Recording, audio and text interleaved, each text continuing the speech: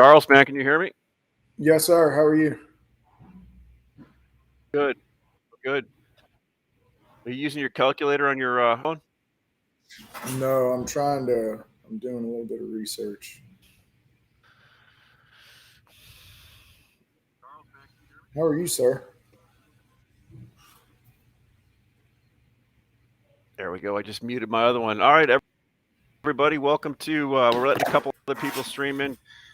Cutting Edge with Charles De La Torre, and see his moniker right behind his head there, on his shirt, on his hat. You got everything working there today, Charles. Yeah, I try to stay brand conscious. That's right on, right on. I got the MX shirt going. I don't have much else going except that screen behind me today. I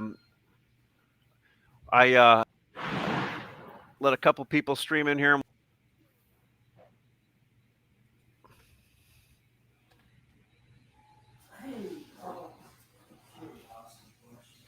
How's your President's Day going, Ash? Good, good. Going really well today. I haven't been trampled by any horses or had my truck towed. I'm all good. That's always a positive. It Trampled was by nice horses, drive though. in. Where does that come from? Didn't that happen up in Canada last week or something? Oh, yep. Hey, touche, sir. Touche.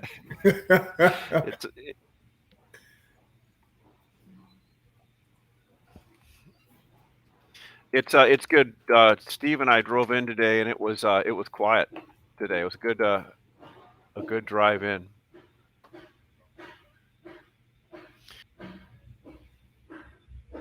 All right, we've got maybe a little. So let's just kick it off, Charles. So last week having this show, but man, I was just looking at some numbers here. Some of the when you go to up 30, up 50, up 5. I mean, crazy. A print price is doing the spot market is kind of all over the place. How's this? What's this? What are you seeing down southeast? We'll first start out with lumber, and then I want to talk about those 116 and 5/8 that you got up here. I see a lot of fragmentation in the market. I mean, what one guy thinks is a good price and the other guy doesn't think it's such a good price. I mean, it's all about who needs what, when, and how, right? If you need it and you don't have it, you're willing to pay for it. If you do need it, but you need it in the future, you're going to counter. And with the fragmentation in the market, it creates a lot of opportunity because nobody really understands what something's worth for both sides, really, the buyer and the seller. Yeah, you know what? Absolutely, especially when you get to these levels, and what we're seeing is whether it's coming on a vessel that's late or a truck that's late. Um, I've never seen people more willing. They understand the logistical problems and everything, and I've had nobody really complain. They've asked a lot about orders, but they understand it. So this must be system wide, like you said, fragmentation. But sell at one location at one price, sells at a completely different price at another location. Things are moving so quickly, it's hard to figure out. Does that make sense? That's exactly right. Exactly right. Right on. And Right on. it's So cross species too, one thing I though. I want mean, your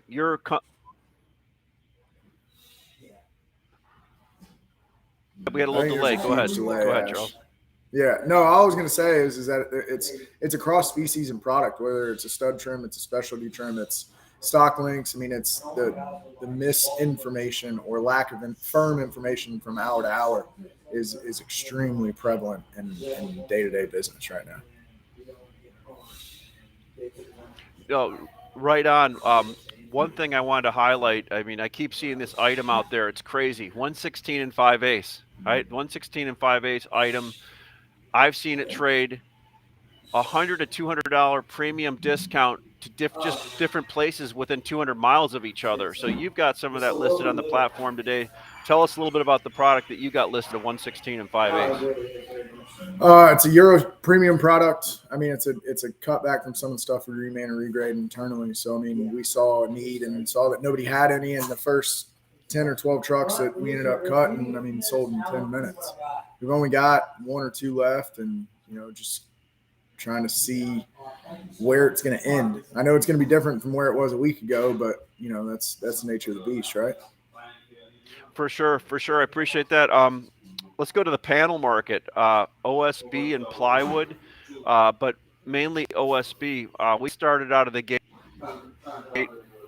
selling OSB again. Another market that different pockets of the United States I see are paying a different premium than other parts of the United States. It's almost like watching the corn basis on agricultural markets where you're like, wow, the Dakotas are paying a plus 100 and some of these other places are not paying that. Have you noticed that in the Southeast at all?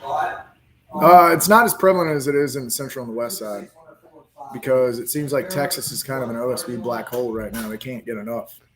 And, people are willing to pay up for it. I mean, the same origins that are, shipping to Texas are also going up Nebraska and Wisconsin and what have you, because of, once again, supply chain backlogs and lack of rail cars coming down from Canada. Yeah, agreed. Are you seeing that on all the different tiers of the OSB, from the specialty grades on the 3/4 flooring to just the commodity grades, or is there one that's harder to get than others right now? I think 3/4 flooring across the board is kind of a ghost. Okay. From commodity all the way through value add. And I mean, value add, you and I talked about some specialty stuff last week, and some of the prices you told me you saw were, mind blowing. Absolutely mind blowing. Yeah, so we have all the different tiers of OSB flooring listed today, from the tier 1 to the tier 2 to the tier 3, and it's all prompt, right? So if anybody wants to come on and bid on that, they can see what we've got on that one. It's all mostly along the that we're listing this at for people that own it. So that's if that's one thing people are looking at. There's probably 10 trucks of specialty 3/4 on here. So let's go over to the logistics side.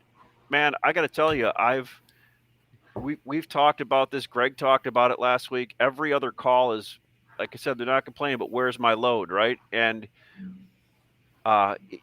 Nick and I were down at a trucking company last week, and they basically said for every people looking for 110 trucks, there's 100 trucks available, right? And then I'd you probably look at say the country. It's worse than that. Well, yeah, in some areas, absolutely worse than that. Some areas, and you can see on some of these maps that we look at on a technical trucking sites, where there's some areas where there's no. It's almost like watching those airplane maps where all the airplanes are. There's sometimes loads where there's no truck sitting around there, right? And they just sit there. Yep. Like if you look at Waco, Texas, or areas like that, there's loads that need to be hauled, but there's nobody available. But then you get to certain markets, there's a little bit better, but still it's still or undersubscribed. Is that the right way to say it? Yeah. For truckers. So going into this week, we have a long holiday. Long holidays can usually change some people's minds on things, but right now it still seems like there's a pretty good bite. There was a little bit of shakiness talking about equities last week, potential war situation in Ukraine, but lumber may have hiccuped a little bit, but it still seems to be kind of straight out and moving right along, right? Definitely. I don't know that we're going to see the monstrous jumps in appreciation we've seen over the past couple weeks. But we're definitely sustaining levels, which is a little bit different than what we've done in the past, right? In the past, it's skyrocketed and come down. And I say past 2 years, and there's been a lot of give back, but I feel like at this point in the environment that we're in, there's too much takeaway for it to absolutely sink. And a lot of people are going to talk about interest rates and, what happened in 2008 and so on and so forth. But the difference is there's a different buyer in the market now than there was in 2008. A lot of the people that are in the market are in my generation that have been in a job for 5, 7, 10 years and actually have the ability to work remote and can do Zoom calls and all this other stuff, to where they're relocating. So that demand for housing is still going to be strong. It's just a matter of what price point works best for that demographic that's left. Now, that's not my job. That's a national builder's job to figure that out. But as far as demand, I don't think there's any letting up for the foreseeable future.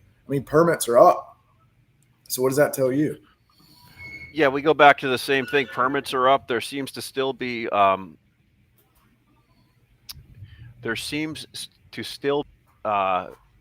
push in some of the big markets. But like you said, some people are now going to places like, well, I shouldn't say they're great places, but Boise, Idaho is a big area where people are building at. People want to like have their nice area and their business. It's not the business I work in because I need to be in the office every day, right? But for those who are lucky enough to convince their company that they can work from home and still do a good job, you're right. That's a big, and that's a younger generation too, right? Oh, definitely.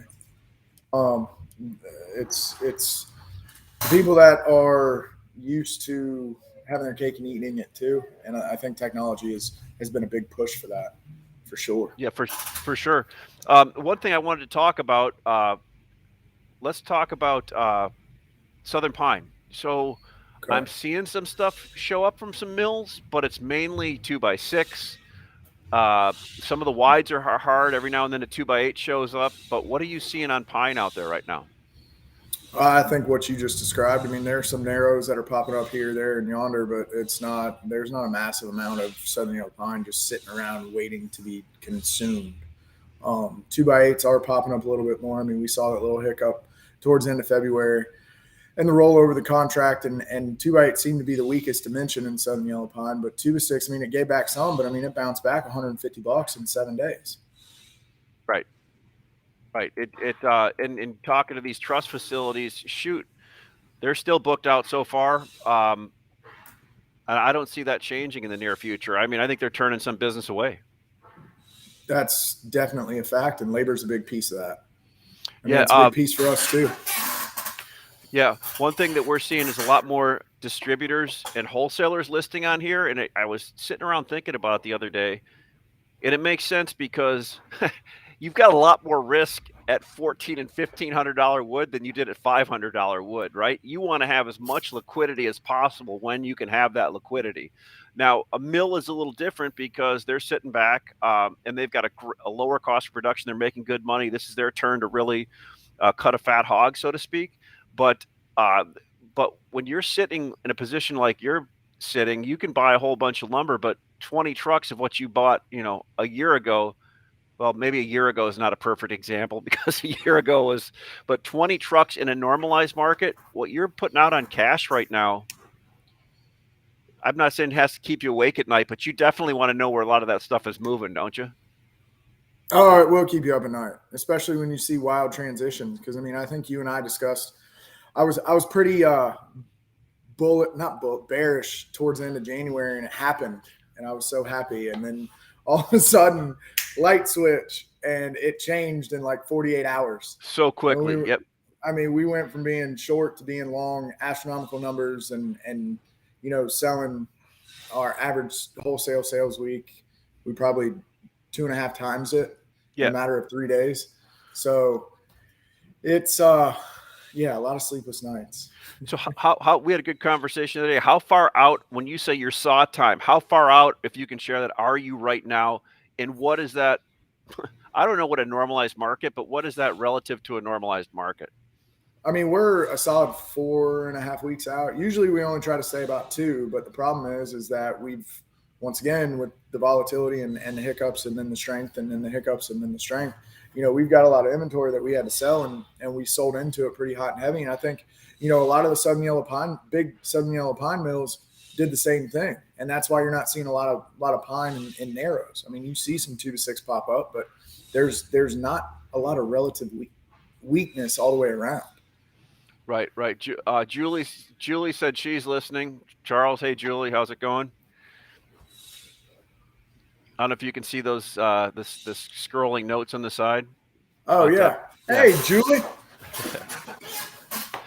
It's cool. We have it's funny. So as I go back through and look at our size of the people watching now, I mean live we get up to 100 plus now between LinkedIn, YouTube, Twitch, and the other things we use. It's Twitch. Come on, man. You're young enough. You should know what Twitch is. It's a gamer site where you can post a lot of your stuff also, man. Really? Yeah. Oh. Yeah. If you're not on Twitch, man, come on. You got to be on Twitch. I'll have to work on that. I'll get Isn't my that social right, Nick? media. Twitch. Yeah, Nick said Twitch. Twitch is a place to be. I'll get my social media department and see what we can do. Real cool. Well, so what's your thoughts going into this week? What are you seeing developing? It's light. It seems light this morning, but a lot more inquiry is starting to come in. We've seen a lot more matches come in. What about I your don't know.